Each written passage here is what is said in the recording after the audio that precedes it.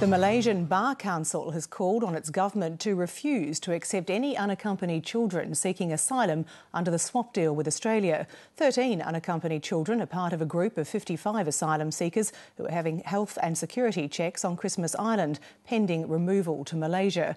In Australia, the federal government has been accused of failing its humanity over its plan to include the children in the deal. ABC reporter Jane Norman is on Christmas Island. Immigration authorities were on high alert as the 55 asylum seekers spent their first night in detention.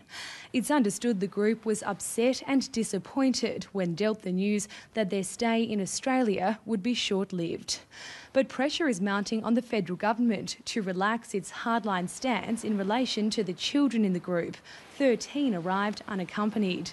This is a very vulnerable group of people, probably traumatised already by the boat journey from Southeast Asia to Australia, and they must be treated with the appropriate level of care and support that they need.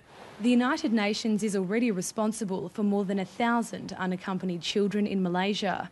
It's urging the government to carry out thorough vulnerability tests on those on Christmas Island.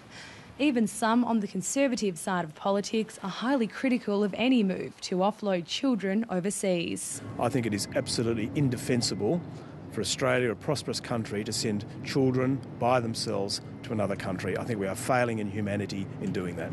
The government has painted itself into a corner. It either allows unaccompanied children to be taken to Malaysia to an uncertain fate where the Australian government has no control over what happens to them, or the government caves in to the people smugglers. A delegation of police from Malaysia touched down on the island late on Thursday. The officers will spend a week observing the handling of the asylum seekers in Australia. I'm here to be given some briefings on the process of work and at the same time to be able to observe. This is a very good opportunity for us to see the good work that's been done. The asylum seekers have all been processed and are now awaiting word on who will be sent to Malaysia and when. It's understood the Immigration Department is planning to transfer the asylum seekers in 2 groups early next week. Jane Norman, Late Line.